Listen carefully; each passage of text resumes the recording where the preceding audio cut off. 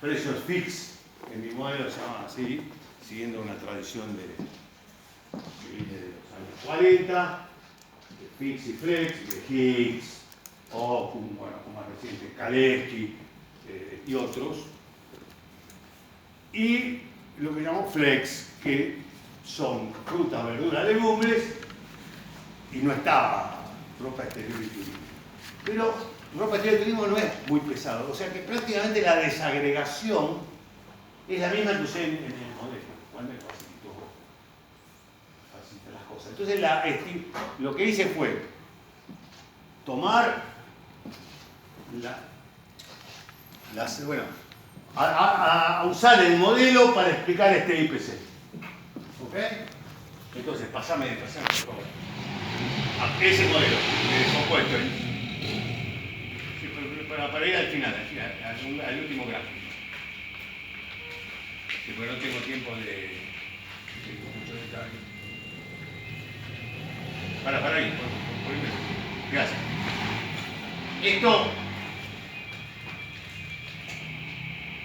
Esta es la inflación, lo verde es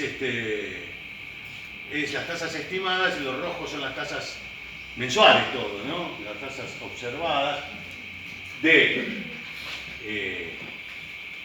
la serie de esa que tengo, la serie del IPC colatina, y hacia el final el IPC GBA del INDEC. Que hay un solo modelo que tire para atrás. A ver. Pasa por favor un poquito más. Ahí está. Hasta el tercer trimestre está del 2017. Esto es solo IPC GBA, solo IPC GBA. Porque es el periodo que se publicó el IPC, de mayo del 16 hasta el tercero del 17. El rojo son las tasas observadas y el azul son las tasas estimadas. El modelo estimado, pasa que insistió que eran los números que no me acuerdo. El modelo estimado, es decir, la media de las tasas mensuales observadas en este periodo del IPC GBA es 1,83 y la de las tasas estimadas es 1,74, el promedio. La inflación ocupada en el periodo observada es 29%, mientras que la estimada es 27,7%. La desviación estándar de los errores es algo mayor que el error estándar de regresión, que es 0,37. O sea, está fantástico, está muy bien. Esto, si me hubiera pedido lo peor es que esto lo presenta, no. Por delante, con la datos latina, lo presentamos en la jornada de Economía Monetaria de La Plata, y Federico se sentó en primera fila y lo escuchó todo, le pareció interesante, y después se olvidó. O sea, bueno, no estaba pensando en otra cosa, ¿qué es eso? No sé, y para peor, mi colega Sebastián Katz les ofreció a Numey y la gente de Research del Banco Central que yo voy a contarles el modelo gratis, o sea, en total está publicado, está de libre acceso para cualquiera. Pero no, Numey, no hace falta. Numey está en el limbo donde está Mercedes Marcó del Pont. Numey y Mercedes Marcó del Pont en un solo corazón. Sí, porque de boludo está lleno. Además nos tocan todos. A ver. Entonces, ¿se entiende? Anda muy bien este modelo con el IPC. Trabajo para, no sé si hay estudiantes de posgrado, esto no es para un chico de grado, pero si alguno quiere hacer la tesis de grado con esto, generosamente se lo ofrezco. Está publicado todo, así que vamos a ver entonces, ahora va la estimación original. ¿Puedes cerrar esto, hija? Y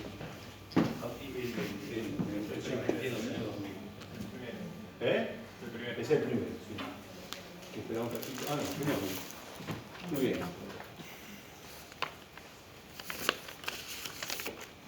Fíjense lo que pasa. Pasa que quiero ver el gráfico de tasas de 12 meses de inflación.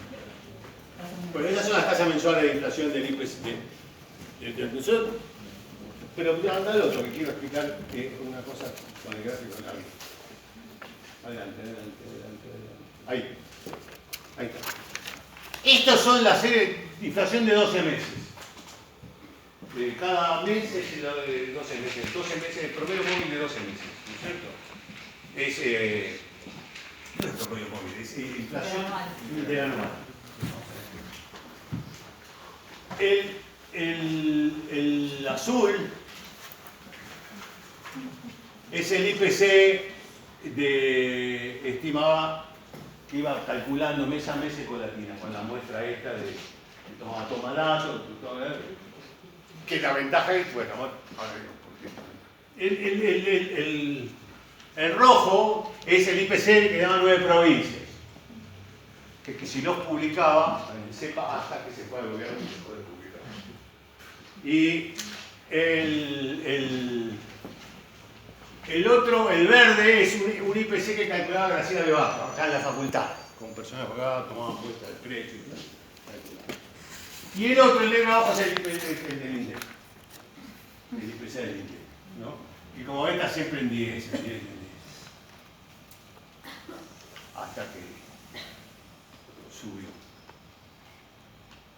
Fíjense que las tasas anuales son muy parecidas. O sea, son prácticamente muy... Las de 12 meses eran todas muy parecidas, la de IPC de 9 provincias, la de Graciela de Bajo y la de Ecolatina. Pero la del IPC de 9 provincias y la de Graciela de Bajo y otra no dan para desagregar, no tienen desagregación. Publican la tasa del IPC. En cambio, la tasa de Ecolatina tenía la información del IPC desagregada hasta 4 días. Con lo cual, podía ser usada. Con el IPC agregado no puedo hacer un modelo. Porque no es un modelo de los que yo quiero hacer. ¿No? Un modelo estructuralista. Un modelo donde mirás la estructura de la economía y los diferentes mecanismos de formación de precios y tenés una teoría para cada uno de esos. Regulado, los que decida el gobierno. Los FIX, donde hay decisiones de precios, tienen por algún tiempo, y los flex, donde se forman precios en lugares más parecidos a un mercado. Por ejemplo, la caja de vacunas del mercado de Liniers o el mercado de ¿cómo se llama? De fruta y verduras, claro. Entonces, entonces pudimos hacer eso. Entonces, la ecuación, bájame un poquito por favor, hasta la ecuación, a ver si tengo una ecuación. Bueno, esta es la, no importa.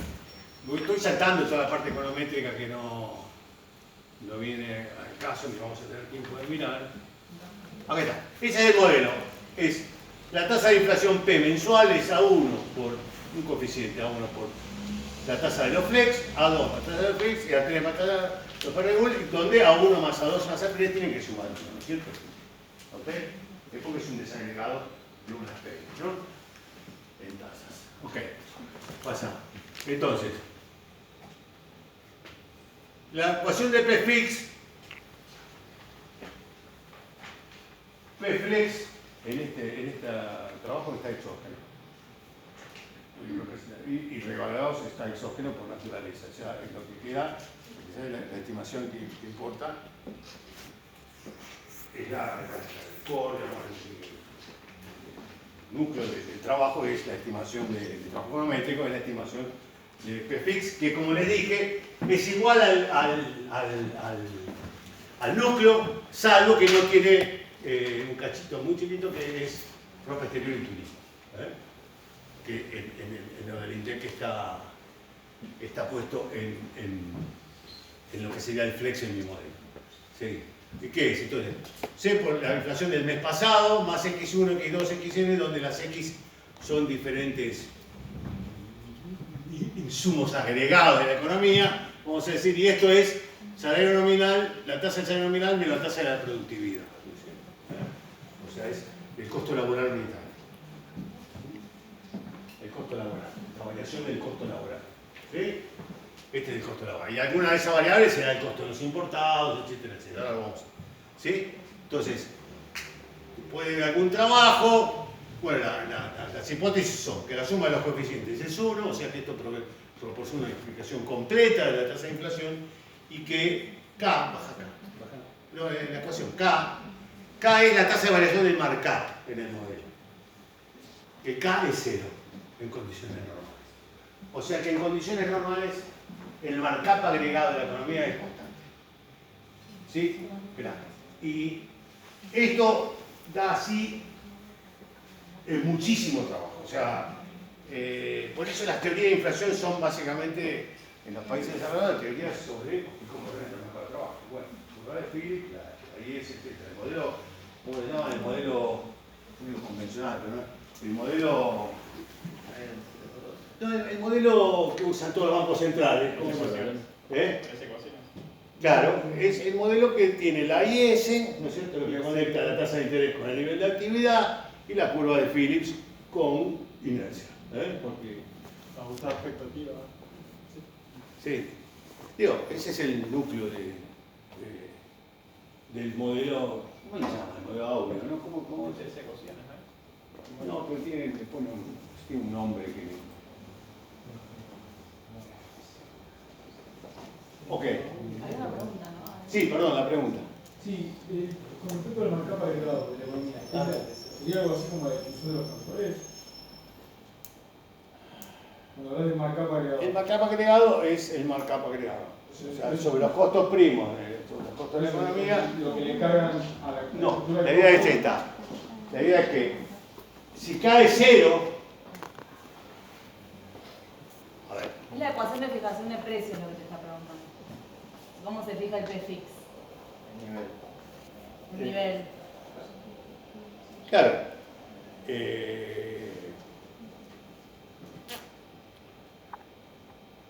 No entiendo la pregunta. O sea, a ver. Cuando hablas de markup agregado. Sí. Es la Es eso que está ahí. Es por eso, K, es la sumatoria de todos los markups que Exacto. se tienen en la economía. Exacto. El markup en la estructura de precios es la tasa de ganancia. No, es el margen sobre costos corrientes primos. O el margen bruto. Margen bruto, sí, algo O así. sea, la suma de los márgenes brutos de toda la economía. Sí. Si hablamos de Las toda varias son tasas. Por eso, si hablamos de toda la economía, integra a todos los factores, productivos, laborales, lo que sea. No, lo que sea no. A ver, vos tenés... esto es una empresa. Tengo un insumo importado y trabajadores. Después tengo capital fijo, etc. ¿Okay? Deudas, pago de alquiler, cosas por el estilo. Los costos corrientes, costos variables y con los costos fijos. Entonces, sobre los costos variables normales, fijo cuánto me da el costo. Y sobre ese costo hay un margen que se agrega que cubre los costos fijos, más la ganancia, más los impuestos, más etcétera, etcétera. A eso llamamos markup en la ¿sí? La idea es que en el agregado el markup tiende a ser constante en condiciones normales.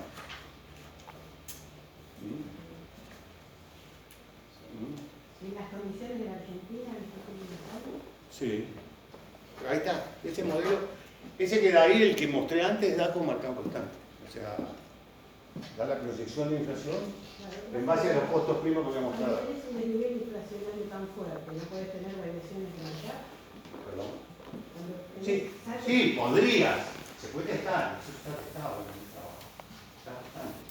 No todo el peligro. Cuando fue la devaluación del 2002, en abril hubo un overshooting.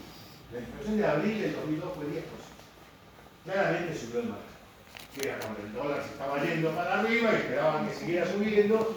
Y entonces, como me decía el otro día un vendedor en un shopping, acá te pusieron el dólar a 50. ¿Qué quería decir el pibe? Interesante, no sé qué hablar con la gente. Porque la gente sabe mucha economía. O sea que no puede traducir en economés. Pero el tipo dice, pusieron el dólar a 50. Quiere decir, el dólar estaba a 43 cuando anuncian a 42, cuando anuncian la banda. Dice, va a llegar a 50. Pusieron el dólar. Quiere decir, estimaron su costo de reposición a $1 de 50. Entonces, claro, el markup a costos actuales subió. Porque ellos no fijan el markup a costos actuales. Nada, ¿no es cierto?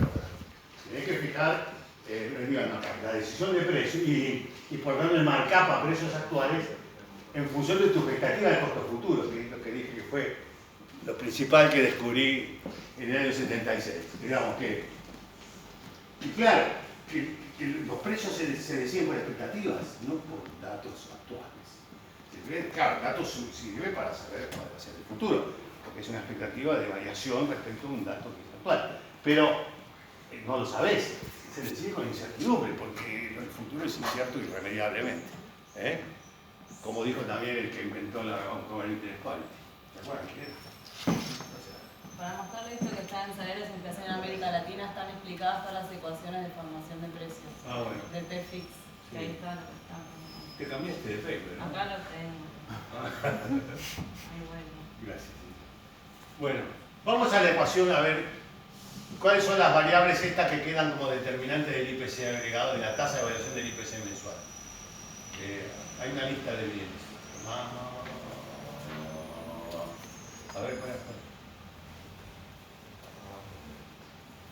Las variables que... Sí, para.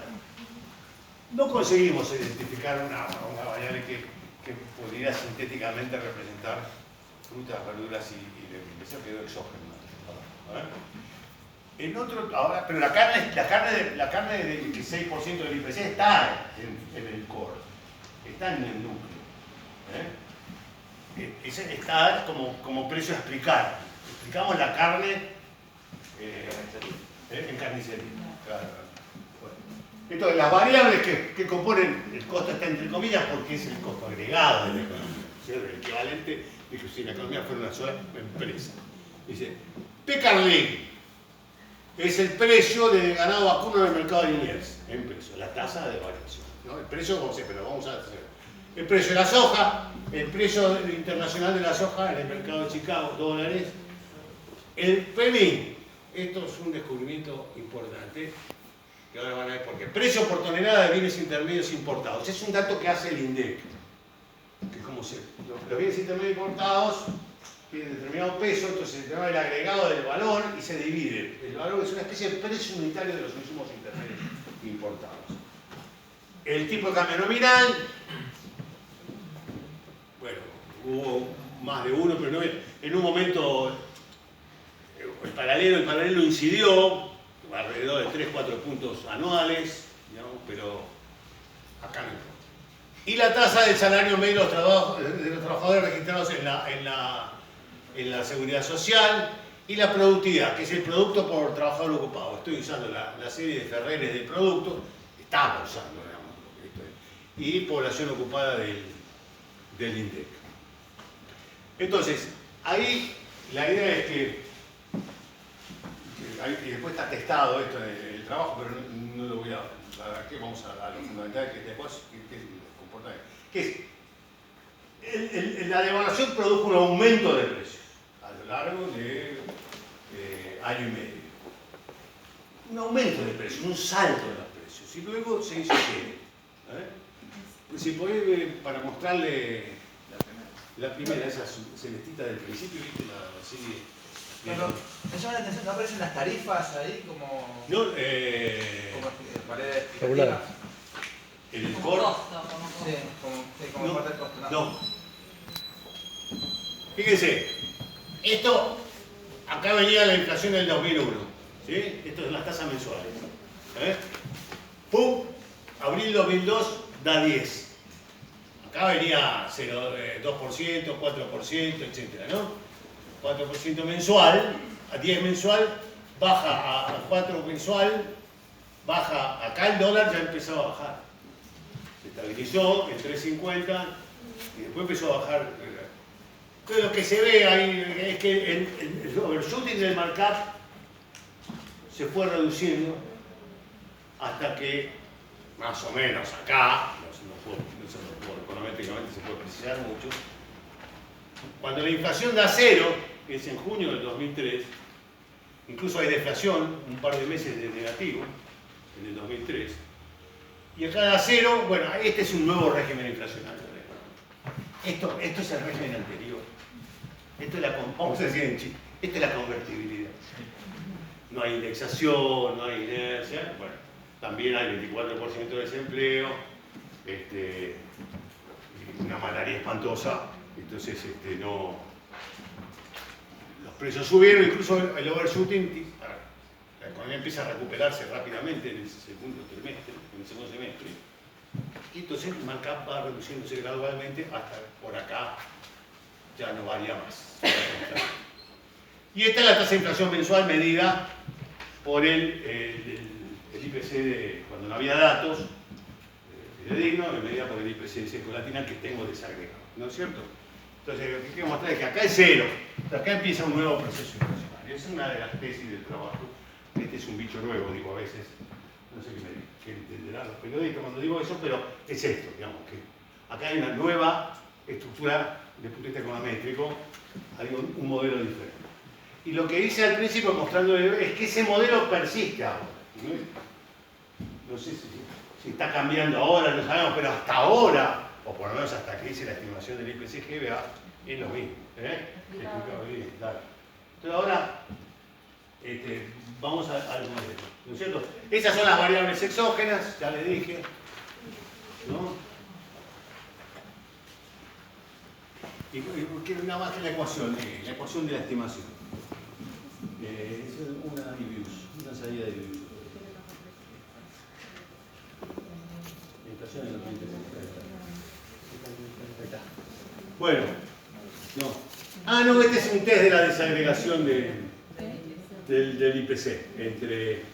Acá está la ecuación. Fíjense. Primero, primer test, los coeficientes suman, son indistinguibles de uno. Están los tests ahí en el. Son indistinguibles de uno. Estoy explicando tasas mensuales, 68% de la varianza de la tasa de inflación con esa variable que le explicaba.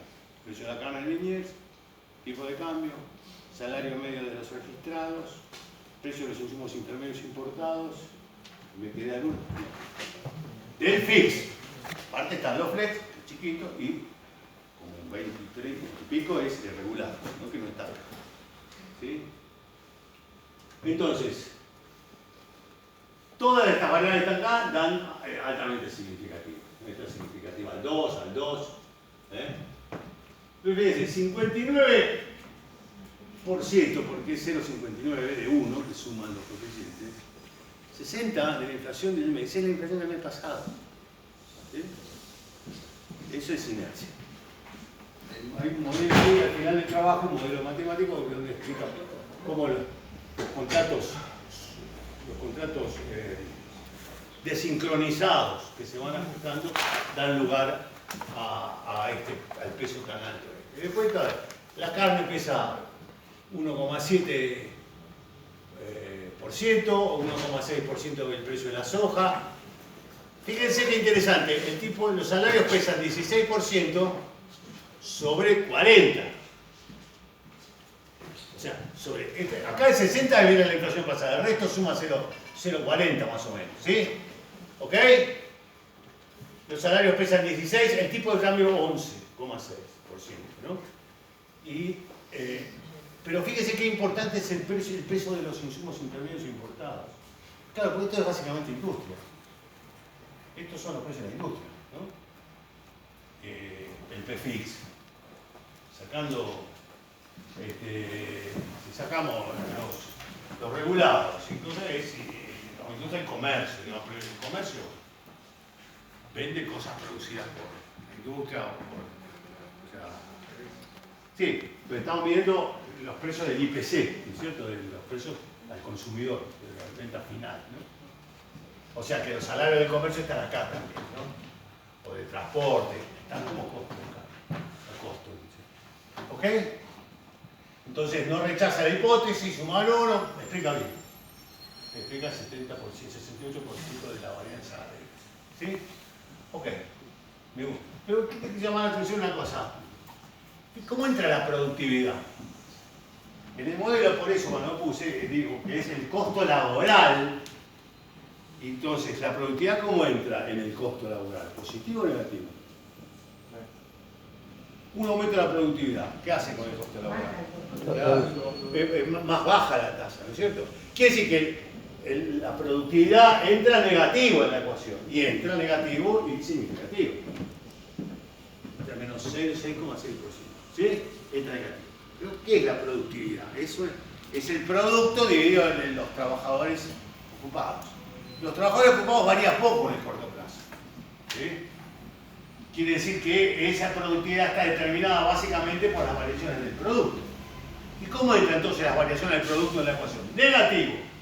Al revés de la curva. Perdón, dijo que la productividad es el producto entre la cantidad de trabajadores ocupados. Sí. Eso no sería producto medio. Sí. Pero... Por eso. Productividad, el producto medio. Si querés llamarlo producto medio, lo llamamos producto medio. Si querés llamarlo productividad, lo llamamos. El PBI sobre... ¿Qué? No. Ok. Producto medio, sí. Eso es la productividad, producto medio, ¿no? Medida en el agregado de la economía, ¿no? A precio constante es como... Pero fíjese, interesante. Entra negativo, más allá de... Esto es el problema, es como si fuera la tasa de variación del producto. Quiere decir que cuando la economía crece más, la teoría de que el precio va por la demanda, sea porque lo causa el dinero, qué sé yo, debería acelerar la inflación. O sea, debería entrar positivo. No, entra negativo, porque entra como costo. Entra como costo laboral vital, entra como la productividad que define el costo laboral. Entonces, el costo laboral sube menos si la economía produce más. ¿Sí? ¿Se entiende? Pero eso es una cosa interesante esto, porque no va a entrar positivo por más que le empuje con fuerza. Entra negativo, porque entra como digo yo, digamos, no sé, como digo yo, no rechaza mi modelo, seamos rigurosos, no rechaza. Alguien, las series, ahí cuando publiqué el IPCG, yo estaba trabajando como asesor del INDEC, cuando hice este último, el trabajito que les mostré antes, mostré de qué trata, dije, los datos están disponibles. Tenemos todos los datos con latina, digo, no están disponibles, pero podrían estar disponibles si alguien los quiere. Completados por el IPC GBA, que se corresponde a esa serie. ¿Por qué no testeamos un modelo monetario? Ahí están los datos. Y en el dinero hay información, lo que quiera. En la parte financiera nunca se truchó, ¿no? Entonces, está a disposición de cualquier monetarista que quiera, o cualquier otra teoría que quiera hacerlo, están las series de precios y los datos para hacerlo. Entonces, ahora dejemos esta econometría y dediquemos los últimos 20 minutos de este agradable encuentro a qué pasó con el proceso inflacionario. Entonces, para eso ya me importa, esos son todos los test del modelo. Ahí está como ajusta. Pasa. Interesante esto. Pero no voy a pasar. Esto es como tú dices. No, un buen test de un modelo es estimar hasta cierto punto y proyectar. Entonces comparar la proyección con los datos verdaderos fuera del periodo de estimación. Da bien. Antes que fuera el IPCG. Esto está hecho con los propios datos de Estado. O sea, estimás el modelo hasta un punto y entonces proyecta y comparás la calidad de la proyección con los datos. Bueno.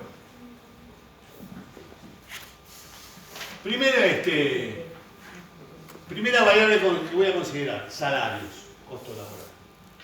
Pasa. Esto, bueno, es cómo evolucionar, todo, pero quiero ir a Bueno, no, un momento. Fíjense qué interesante lo que pasó en este país, es impresionante. Es una cosa de lo que pasó realmente asombrosa. Este es el salario real, el azul.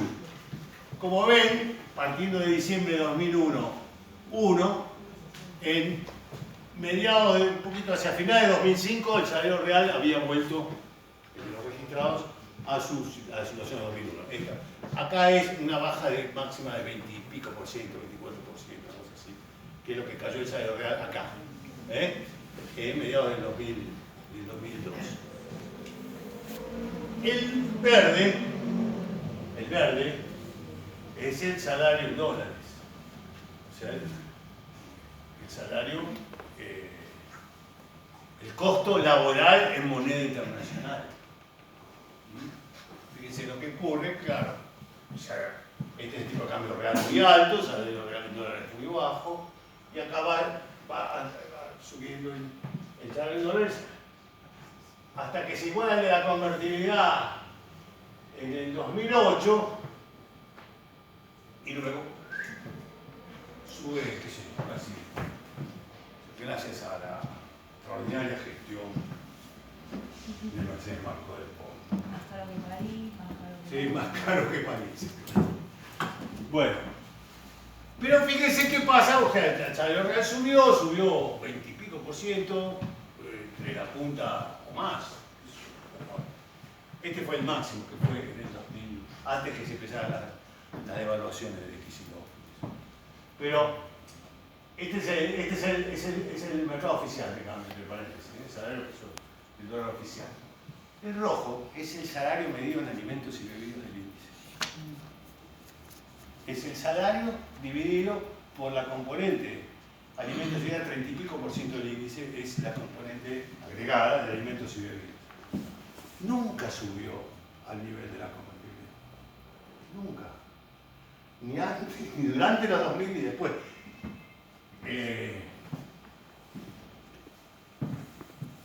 Bueno, ese es el boom de los precios de los commodities, ¿no? No, el tipo de cambio alto, el boom de las commodities. Pero después ¿qué?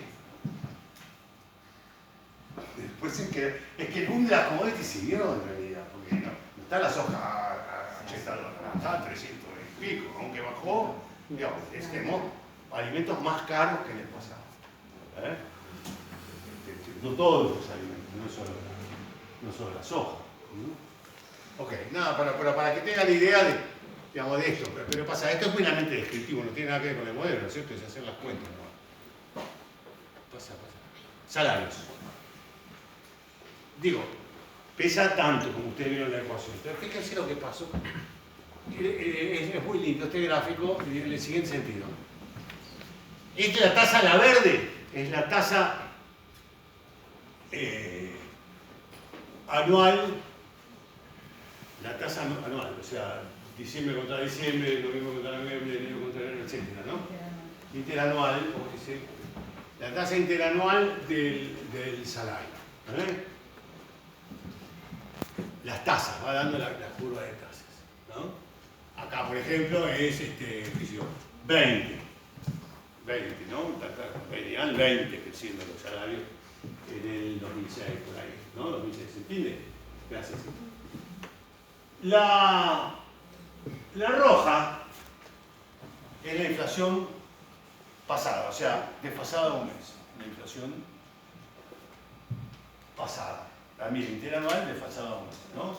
Fíjense que siempre la verde, casi siempre, está por arriba de la roja.